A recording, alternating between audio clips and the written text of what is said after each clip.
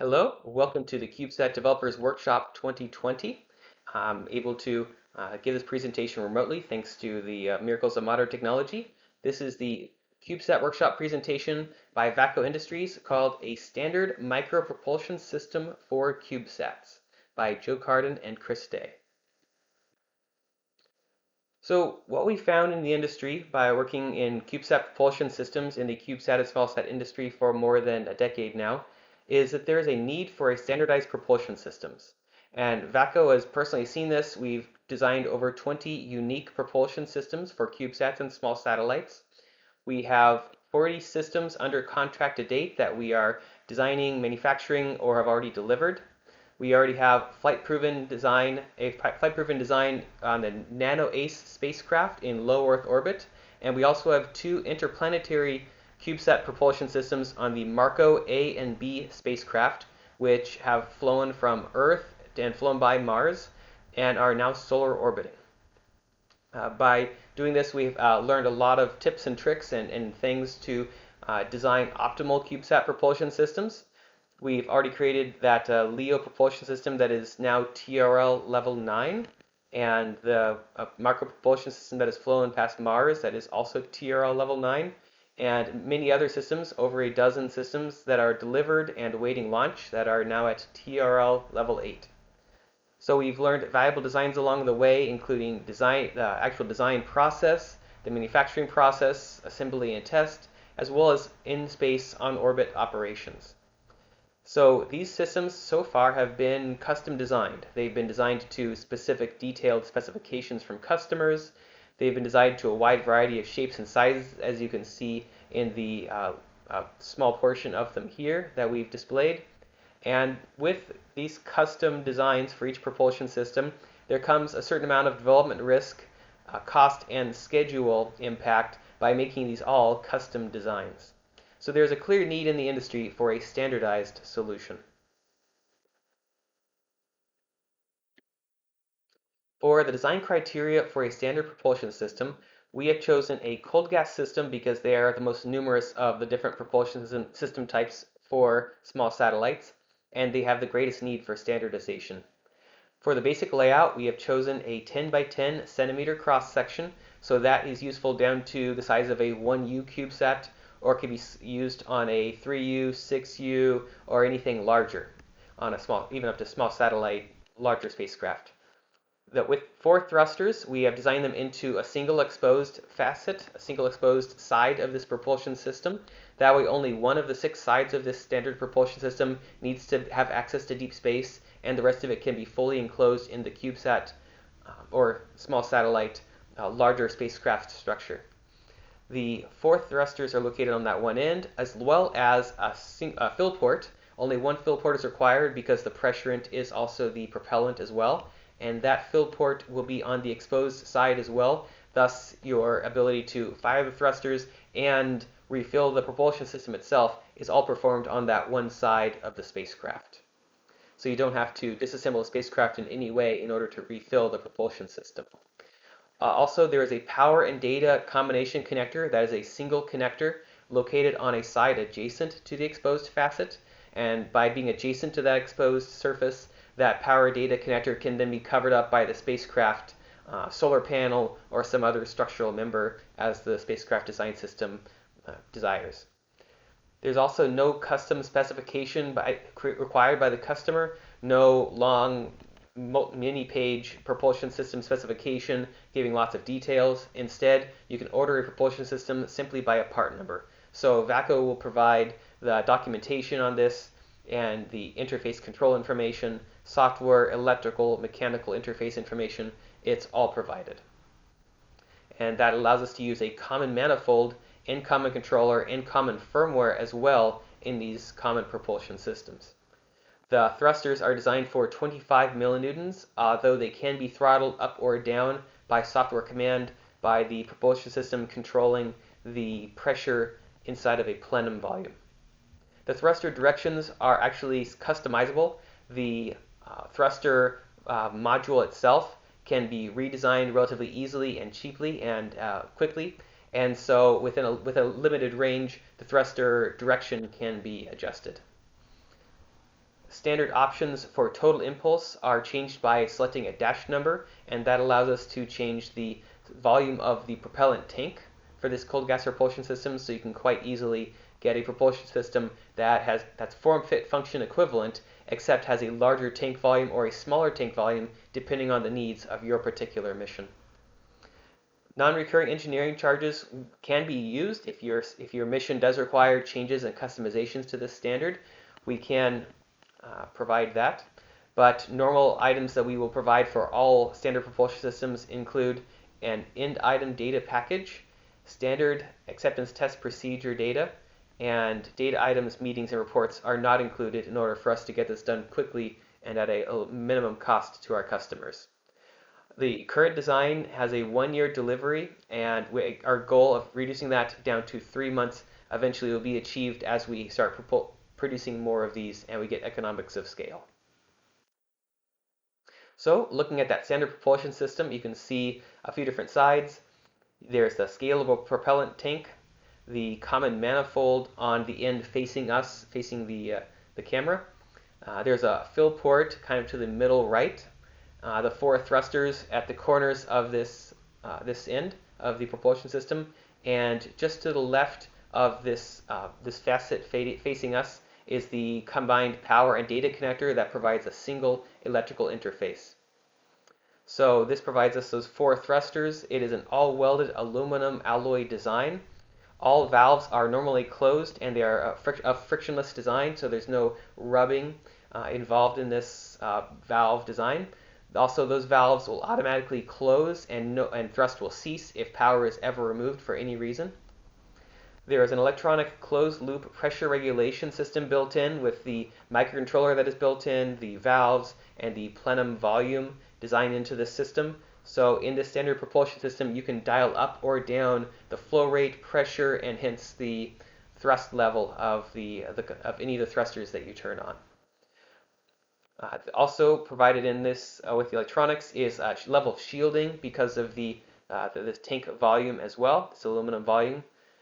The electrical input is basic voltage run regulated from 9 to 12.6 volts, and that allows you to run off of the unregulated voltage of 3 lithium-ion batteries, which is quite common on 1U to 6U systems. So it's quite common, and this allows you to not have to have a DC to DC converter regulating to a precise voltage to this propulsion system. Also, we use an RS-422 data bus, which is quite common on spacecraft and very easy to interface to if you use a microcontroller or up to a larger computer system. It's very scalable to use an RS-422 data bus. Also, we have flight heritage with our firmware and our health monitoring system. And internal pressure and temperature sensors are provided as part of that health monitoring, so you can have current status of temperatures, pressures, and various other parameters of the current status of the propulsion system. Also, the minimum impulse bit can be quite low using a 25 millinewton thruster and a programmable thrust duration, a valve duration for thrusters down to a 1 millisecond resolution. We can provide a minimum impulse bit to less than 2.5 millinewton seconds reliably and repeatedly. Also, this standard CubeSat propulsion system has various range safety features. The propellant is non-toxic. It is R236Fa. It is also used as a fire extinguisher material, so it's actually not something capable of starting fires. It will actually, is used terrestrially as a way to put out fires. So it is quite a safe material to have on a spacecraft and on top of a rocket. Also, it benefits by having a very low and benign pressure. So even at the maximum temperature of 60 degrees centigrade, the maximum pressure is still below 100 psi. And also, the structure of this propulsion system is designed as a leak before burst propulsion system tank, and that prevents it from having any possibility of bursting if there is an overpressure event. Also, concerning leakage, we have 3 seals against leakage in either direction, both out through the thrusters and also through the fill port. There are various other features built into the controller. The controller electronics have been radiation tested to over 18 K rad, so we conservatively rate it at 18 K-rad of total ionizing dose tolerance. Also, we have a watchdog timer built in, so if that determines on many subroutines, if any of the subroutines do not work properly, it will restart the software and reload all nominal values. Also, we do not write to any flash memory, as one of the possible failure modes due to radiation for electronics is flash memory corruption, and so we never write to that flash memory, so we cannot write accidentally or write any corrupt data to the flash memory. It is also safe to remove power at any time during any operation, whether you're warming up the propulsion system, loading data and commands to it, or firing any combination of thrusters. Power can be lost intentionally or unintentionally at any time, and there is no damage to the system, no irregular mode of operation, and it is always safe to turn off power. We also have a closed-loop PID electronic pressure regulation system to regulate pressure in a plenum volume to control the thrust level of the thrusters. The valve drivers are built in with a step-down feature that reduces power consumption and reduces heating in the valves, and so it uses a higher voltage and power to open the valves for 20 milliseconds, and then drops down to a lower current and lower power consumption in the valves for the rest of the duration of the commanded valve operation. Also, we drive the valves with a constant current circuit, and that provides more consistent performance over varying input voltage and varying temperatures of the coils. The telemetry coming from the standard propulsion system provides many different values. The system also allows for many different commands to be used to tweak and customize the system on orbit.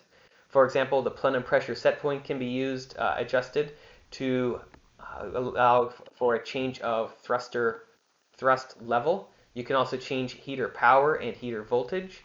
You can preload a thruster firing sequence and then save that thruster firing sequence and then load it and have it executed by the thrusters repeatedly at the spacecraft command. There is a maximum system power algorithm that can make sure that the propulsion system does not ever consume more power than a certain level designed into your system. That is a commandable value. And you can switch between two different redundant PCV, pressure control valves, controlling the pressure into the plenum. And there are many other custom commands as well, commands that provide customization on orbit. Also, the health and status information comes out of the standard propulsion system 10 times per second. So the spacecraft, and if the spacecraft chooses, the data sent to the ground station can have a very detailed amount of information of the health and status for the propulsion system, or you can only collect, if your system wishes, you can collect this data once every second, or periodically per a certain algorithm that the mission desires. So the propulsion system provides this data 10 times per second, and then it can be decimated or taken and kept periodically due to mission desires, but it is very customizable. So this is a graph, a schematic of the standard propulsion system. So starting from the left, you have the fill cap with redundant seals. There's also a fill valve that has to be activated to make sure that no propellant inside is released upon removing that fill cap. And by the redundant seals and the fill valve, we have 3 barriers against leakage for the propellant tank. So we then have the propellant tank, which has its own heater and temperature sensor built in. Beyond that, that storage area contains that R236 in both a liquid vapor form, and it acts somewhat like an aerosol can where there's a liquid inside storing the propellant in a dense fashion, but as the gas is extracted out from that storage tank, the liquid vaporizes and maintains the pressure volume, maintains the pressurization of the propulsion tank itself. So to extract propellant from that storage tank, we have a vaporizer with redundant heaters and redundant temperature sensors. For maximum performance, to be able to activate all 4 thrusters at the same time, both heaters can come on to maintain long duration thruster firing of all 4 thrusters as well. We then have redundant PCVs, those are pressure control valves that are normally closed valves, and either of them can operate as a pressure control valve. So the system by design with the controller will maintain one normally open and then use the other one pulsed to maintain pressure in the in the plenum volume, and then upon command, if the system wishes, the PCV operation can switch between the left PCV and the right PCV. Either one can operate as the pressure control valve, and that provides redundancy if there is any leakage through any one of those valves. Also, the plenum heater is built into the plenum volume, and so that provides an extra boost of temperature, which is convenient when operating multiple thrusters for long durations. It provides additional heating for the propellant.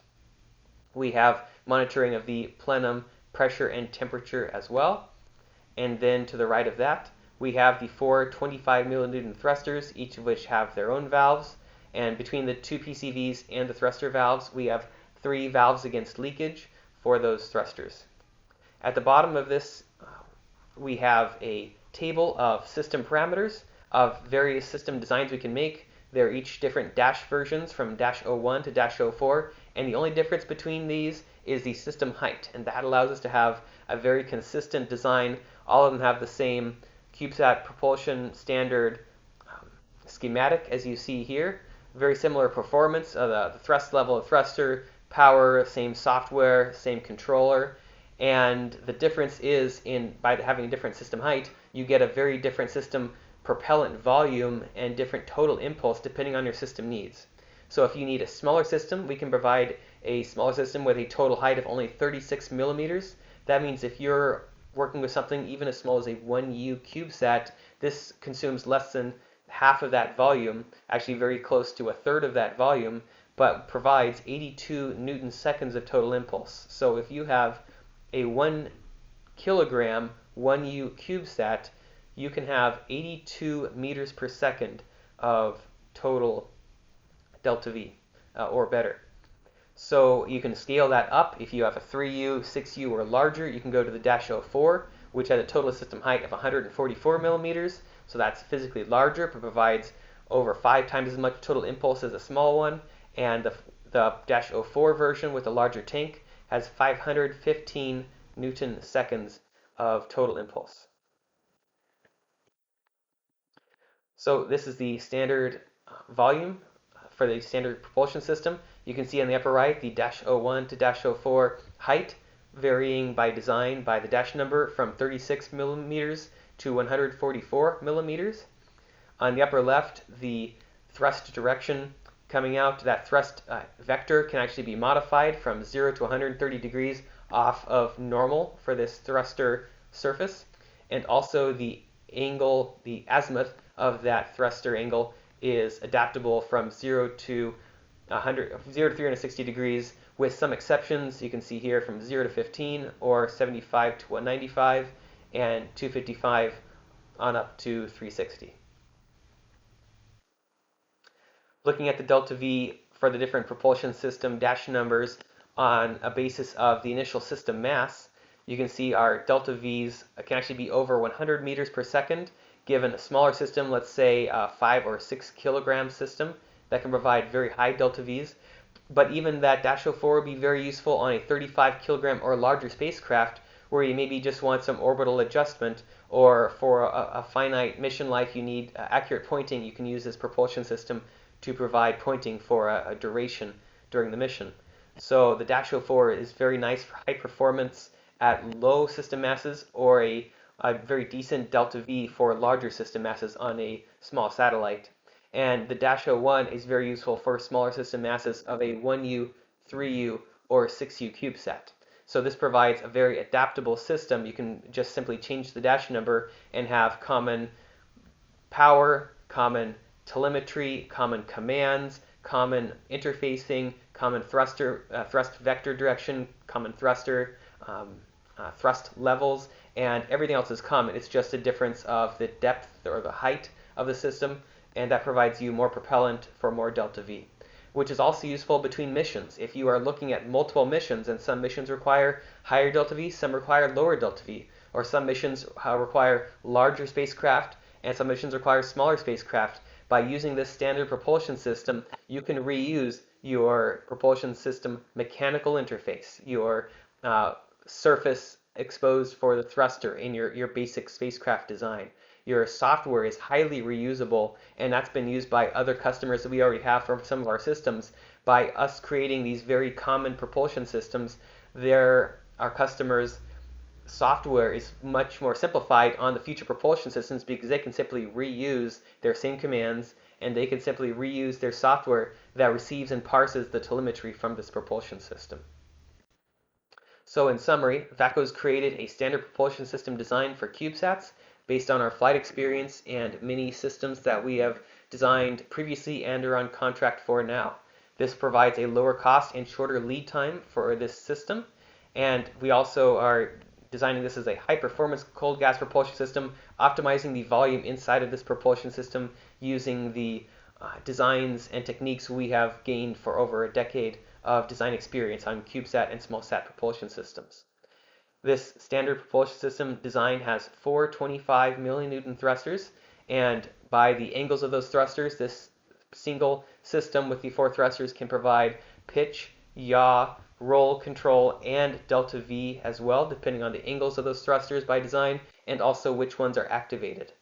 There is a integrated CubeSat propulsion system controller, and it is shielded from radiation by the CubeSat propulsion system design outer shell. It uses an unregulated system voltage of 9 to 12.6 volts. If you do happen to have a lower or higher voltage, even up to 28 volts and above, there are variants to this design which are not as standard, but we have designed up to 32 volts and a bit higher. So we can operate at higher voltages. We can operate down to 5 volts. We have adaptable voltages if you happen to need a different one. However, very often on the vast majority of our systems, this flexible 9 to 12.6 volt input power works out very well for our customers. We also use a common RS-422 control interface, and that allows for a nice and simple data interface that is simple to operate with a microcontroller written in a very small and compact firmware package for our customer, or up to a full computer system that's much more capable in the spacecraft. So whatever your spacecraft computing power is, RS-422 provides a very convenient way of interfacing. Also, our firmware with advanced health monitoring is flight proven. We've used it on every system we've developed, and our customers are very happy with our large volume of data and status coming out of these propulsion systems. We do have standard options for customization if you do want something that's a variant of the standard propulsion system. We have the 4 different sizes for the range of the propulsion system. We can provide you larger or smaller volumes. We provide more or less propellant for a required delta V particular to your particular mission.